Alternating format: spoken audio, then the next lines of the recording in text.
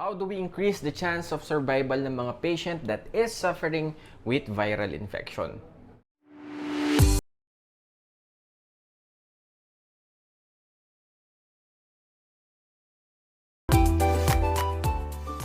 What's up for parents? This is Doc Jello. In this video, I would like to tackle about things that we can do para mapataas ang tsansa ng survival ng mga aso o pusa that is suffering with viral infection. Ang pinaka-common na virus that is usually infecting dogs, nandyan po yung parvo at distemper. And of course guys, nagkakaroon din po ng parvo ang mga pusa and we have to tackle paano nga ba natin mapapataas yung tsansa na makasurvive sila. This is a very crucial na topic at napakadaming factors na dapat nating pag-usapan. Sa kahit anong sakit, even sa medisina sa tao, the first thing that we have to prioritize is proper diagnosis.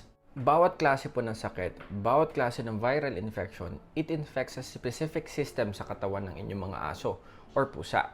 Ibig sabihin, specific virus infects specific organ system, kung saan bawat viruses po presents different kinds of clinical signs. One example po natin dito is parvovirus, kung saan mas focus po yung sakit na to sa gastrointestinal tract. At yung distemper virus naman is focus sa respiratory system at neurological system. Kaya naman sobrang halaga na malaman or magkaroon tayo ng proper diagnosis so that we can know kung anong klaseng virus ang nasa loob ng isang animal and we can know kung anong clinical signs yung i-expect natin na ipepresent niya or yung pinipresent ng animal so that we can appropriately treat sila according sa tinamaang organ system. Bukod dito guys, the proper diagnosis is very crucial as well pagdating sa timing.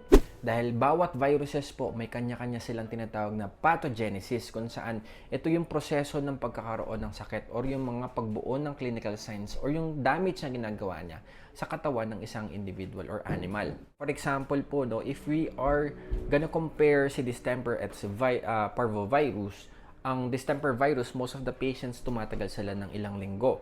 Whereas si parvovirus naman is talagang tumatagal lamang ng ilang araw yung pasyente. So that's why proper diagnosis is very important so that we can address, depende sa urgency na meron ang bawat virus or viral infection sa bawat pasyente. Maraming pagkakataon na may mga pasyente tayong dinadala na ng late. So that's why meron pong mga animals talaga na sobrang nahihirapan tayong iligtas. Kung nahuli tayo sa proper diagnosis sa pagpapacheck up or poor yung ating timing, mas nagiging slim yung chances na sila ay makasurvive. Tandaan nating lahat that time is of the essence pagdating sa viral infection. The earliest that we can detect the virus, the soonest we can treat. Tandaan natin, huwag tayong manghuhula at kumonsulta agad sa ating mga veterinaryo. So again, that's the first thing that we have to do. Proper diagnosis. So once malaman natin kung ano yung specific na sakit na meron ng inyong mga aso or pusa, the next thing naman po na dapat natin i-provide, na napoprovide ng mga veterinarian is yung primary care. The basic thing na kailangan ng isang pasyente na may viral infection will mainly depend kung anong klaseng virus ang nasa katawan niya, tulad ng sinabi ko kanina. And pag sinabi po nating primary care, ano nga ba ang ibig sabihin nito? Yung mga pinaka-basic na clinical signs na meron ng isang sakit. Ito po yung dapat na pinoprovide. Kaya sinabi po natin na primary, pangunahing solusyon or medical attention sa isang pasyente. Again, it will depend kung anong klaseng virus ang meron siya sa katawan niya. Halimbawa na lamang po dito ang parvovirus kung saan ang isang pasyente ay nagkakaroon ng mga senyales ng pagsusuka at pagtatae that is leading to dehydration. So that's why kailangan natin i-address yung mga clinical signs na primarily pinapakita ng sakit na yon.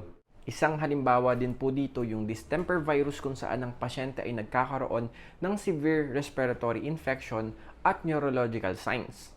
And to be honest guys, treating viral infection are actually self-limiting and symptomatic only. Ano po ang ibig sabihin ng self-limiting? Ibig sabihin, your dog or cat's own immune system ang lalaban at susugpo sa virus na nasa katawan niya. At ang ibig sabihin naman po ng symptomatic treatment and supportive treatment. Sa symptomatic treatment, doon po ay tinitreat natin yung mga clinical signs na specific sa virus na meron siya.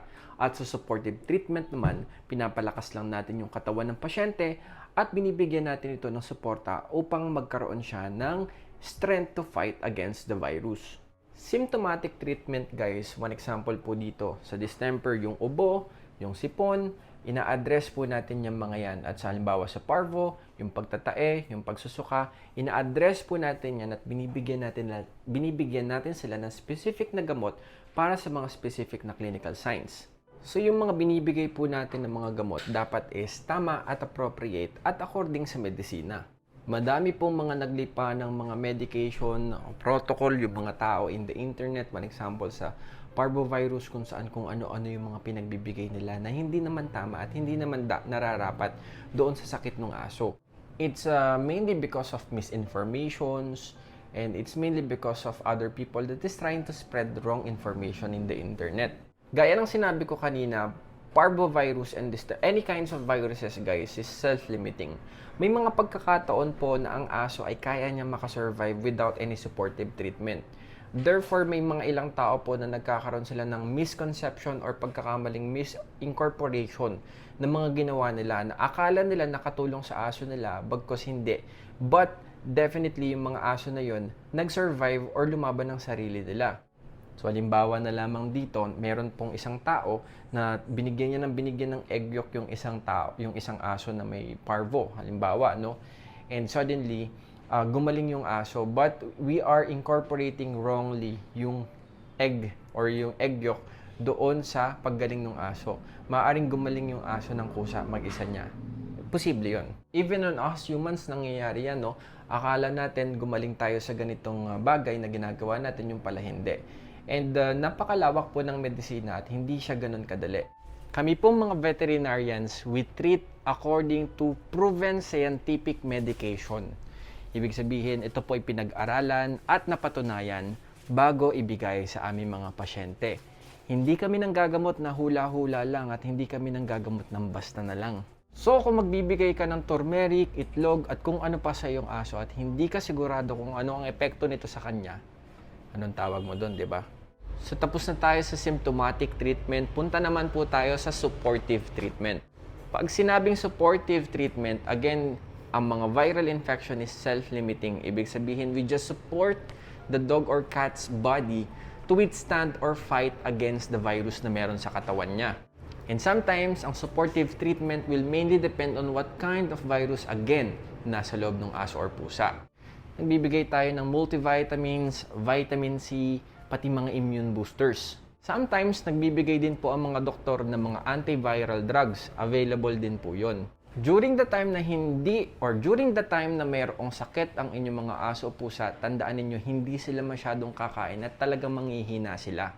And ang pagbibigay ng supplementations is very important because ito yung magiging source of nutrients nila during the time na sila ay may sakit.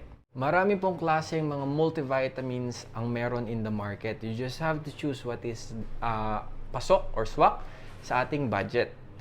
And katulad po sa ating mga humans, we do have viral infection or nagkakaroon din tayo ng mga viruses.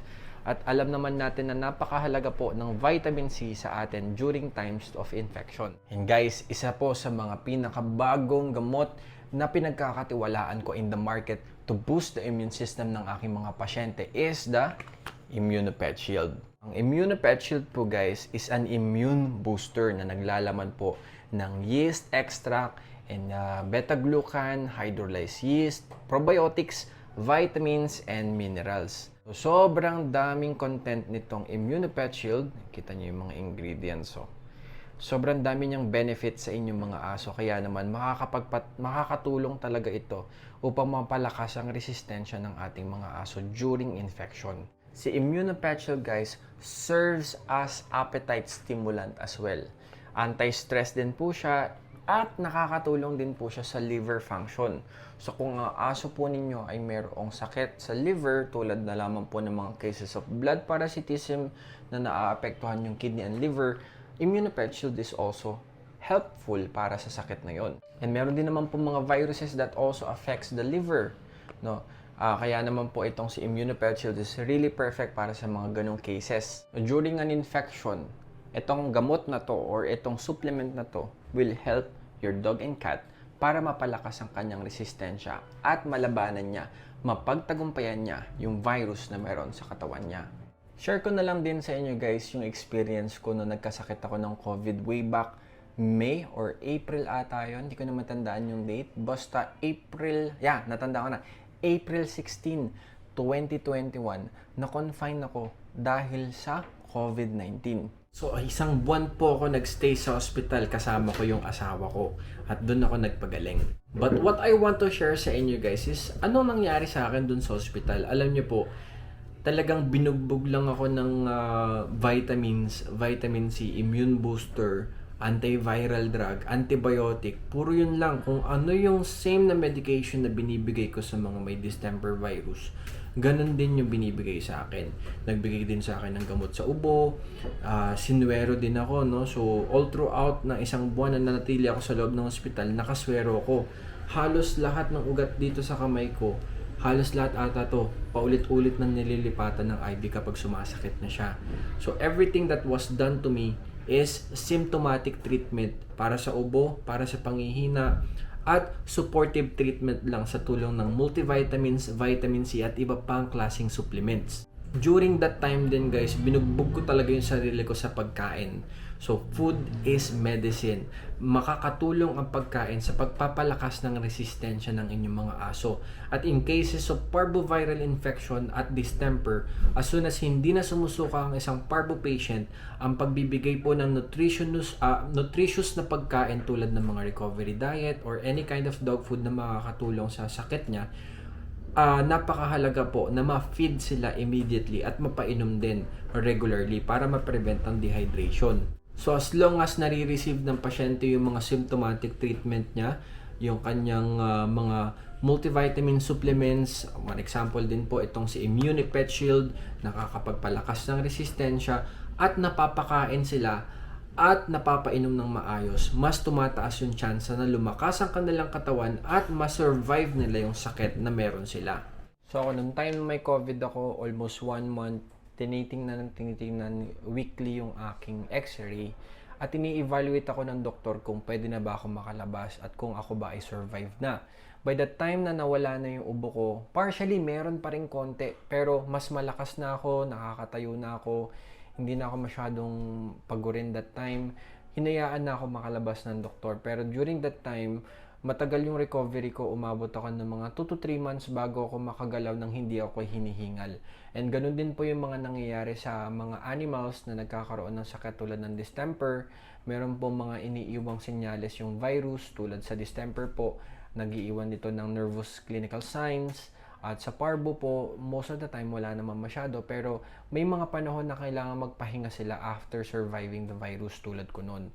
So kailangan pong mapalakas talaga yung resistensya at katawan at pabawiin ang ating mga katawan or yung katawan ng pasyente para masabing sila ay fully recovered na dun sa sakit. You guys must also be cautious sa pagbibigay ng mga home remedies. May mga pagkakataon po na maaari ninyong tulungan ng pasyente sa loob ng inyong mga tahanan without consulting a doctor, but that's very risky. So, kailangan po talaga natin kumonsulta sa doktor at mabigay yung mga primary care at yung mga initial na treatment, symptomatic and supportive treatment para sa inyong mga aso para sila ay lumakas. Kung ang katawan ng pasyente ay hindi ganun kalakas tulad sa iba, at ikaw ay umasa sa mga home remedies or medication without consulting a doctor, your dog might die. Definitely, hindi makakasurvive ang aso at maaari siyang mamatay. In severe cases, tulad nitong mga emergency cases like distemper or parvoviral infection, full-blown medical attention and supportive treatment talaga yung kailangan nila. At hindi natin ito mapoprovide without asking the assistance ng mga doktor. So you have to make sure that you will consult your vets. Sa totoo nga lang po, minsan kahit a patient is being provided everything na, no, nandito na sa hospital or clinic, na po-provide na lahat, sometimes they end up not surviving the sakit. It's because may mga pagkakataon talaga na mahina ang resistensya at kahit anong gawing tulong or supportive treatment and symptomatic treatment ang ibigay ng isang doktor, talagang hindi pa rin sila nakaka-survive. So you have to mind that, no? Lalong-lalo na kung hindi siya hindi ma-provide yung mga pangangailangan na yun, di ba? What more? Mas delikado. Yun ngang meron ng full-blown medical attention, hindi pa rin nakaka-survive. Yun pa kayang wala, di ba? At umaasa sa home remedies. Yun din po yung dahilan kung bakit in COVID-19, meron po talagang mga tao na kahit nasa hospital na sila, hindi pa rin sila nakaka-survive. It's because their body sometimes may comorbidities and sometimes their immune system is really weak. Hindi nila kayang labanan yung sakit. One example na lamang din po sa aking yumaong Brad, no? He just stayed in the hospital for 1 week, whereas ako 1 month ako sa hospital. I did survive, pero itong Brad ko hindi siya nakasurvive. Everything was being provided for the both of us, pero ako nakasurvive, ako siya hindi. It's because it will really depend on our immune system and sometimes the presence of comorbidities. Kaya naman napakahalaga na ma-address at mabigay po yung primary na pangangailangan ng isang pasyente kapag may viral infection siya.